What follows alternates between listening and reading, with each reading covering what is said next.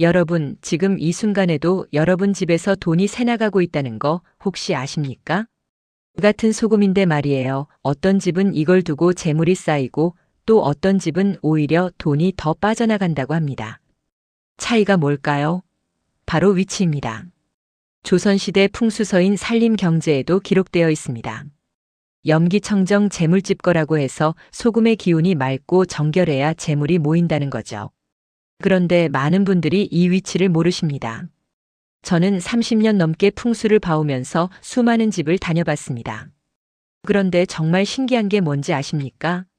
열심히 일하는데도 돈이 안 모이는 집들 가보면 거의 다 같은 실수를 하고 계시더라고요. 바로 소금을 잘못된 곳에 두고 계신 겁니다. 어떤 분은 이렇게 말씀하십니다. 소금이 뭐 대수겠어요? 그런데 조상들은 알았습니다. 소금이 단순히 간을 맞추는 것만이 아니라는 걸요. 고려사에도 나옵니다. 왕실에서는 소금을 재물과 국운을 지키는 상징으로 여겼다고요. 오늘 영상 끝까지 꼭 보셔야 합니다.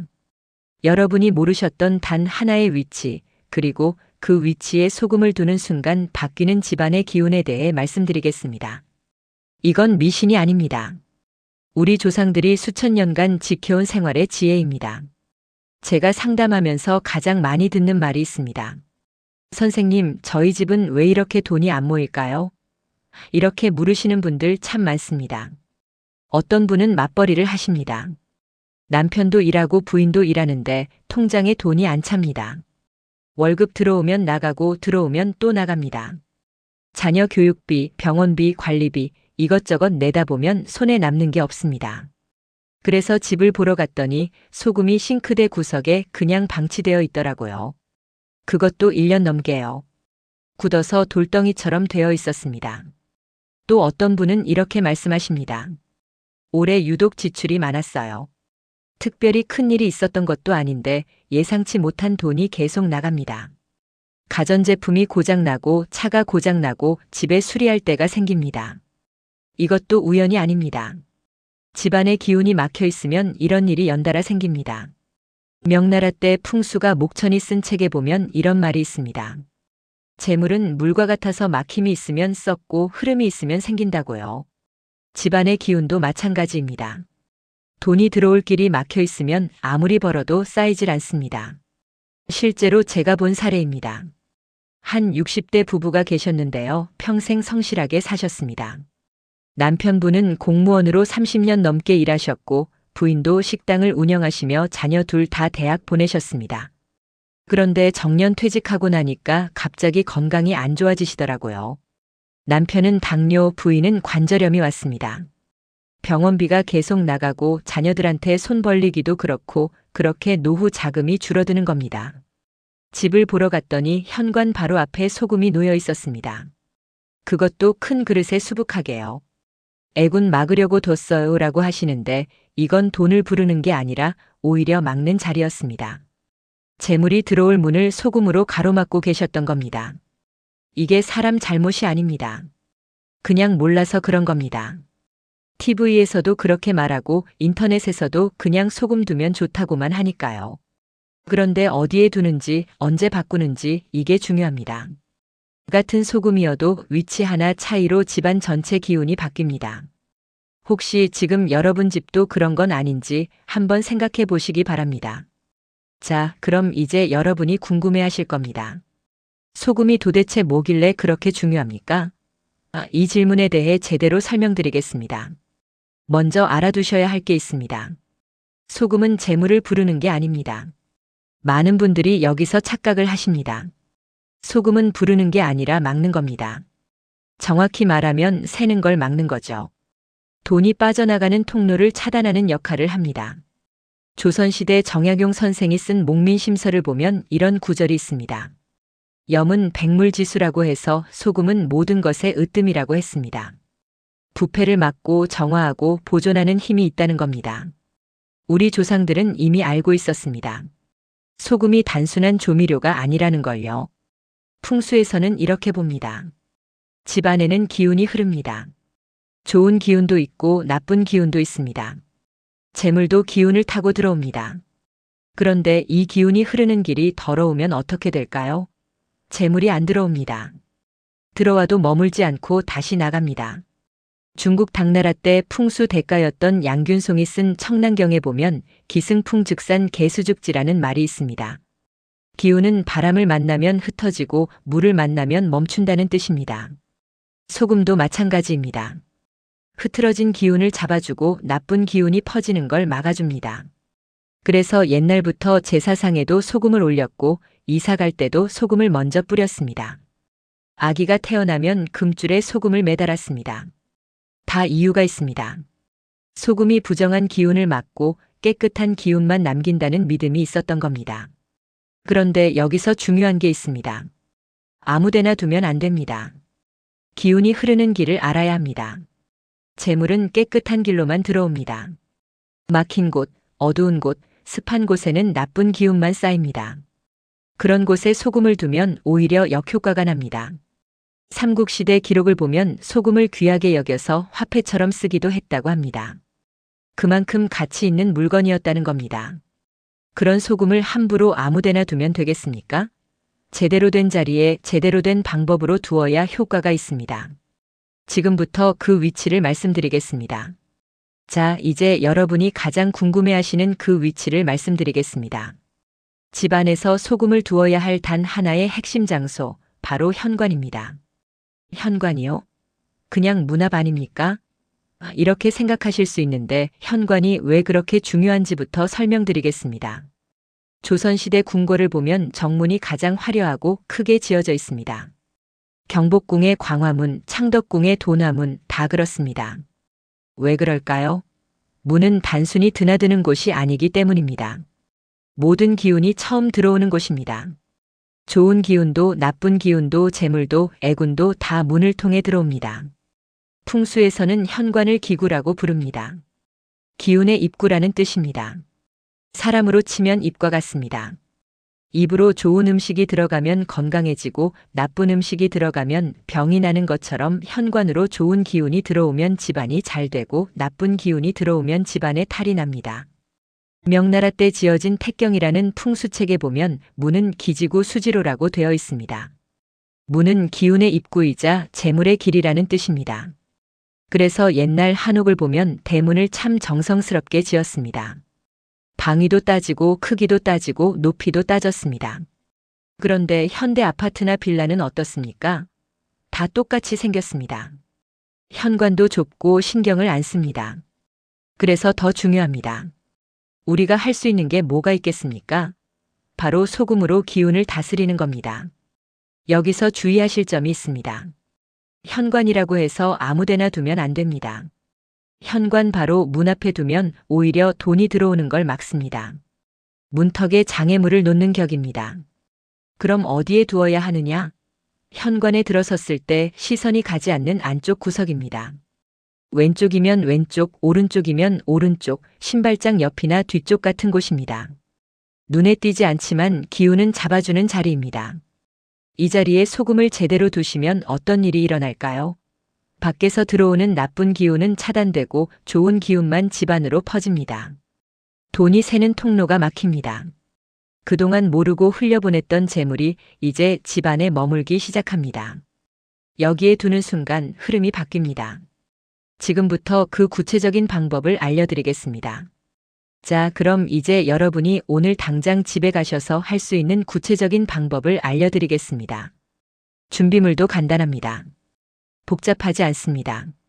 먼저 소금입니다. 어떤 소금을 써야 하느냐? 천일염이나 굵은 소금이 좋습니다. 하얀 정제염 말고요.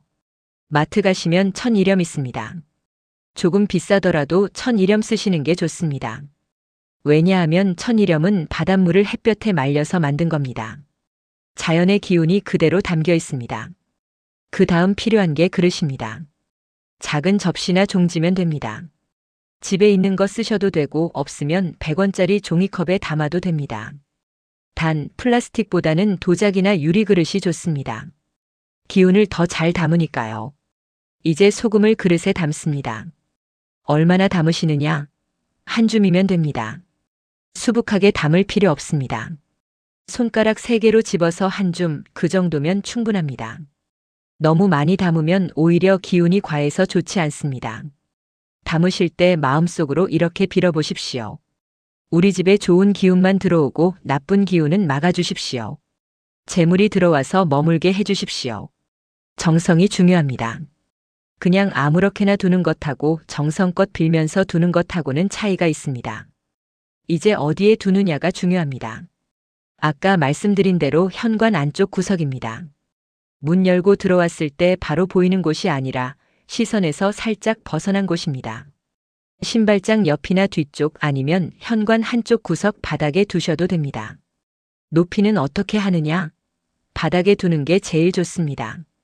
왜냐하면 소금은 땅의 기운을 받아서 무거운 기운을 잡아주는 역할을 하기 때문입니다.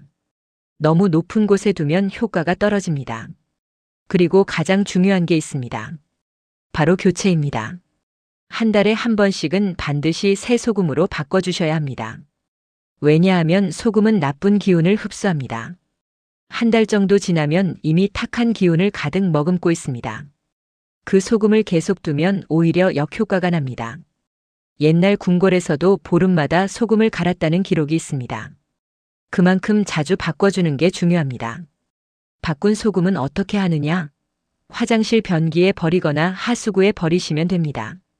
절대 음식에 쓰시면 안 됩니다. 마지막으로 주의할 점 하나 더 말씀드립니다. 소금을 두었다고 해서 손 놓고 계시면 안 됩니다. 현관은 항상 깨끗하게 유지하셔야 합니다.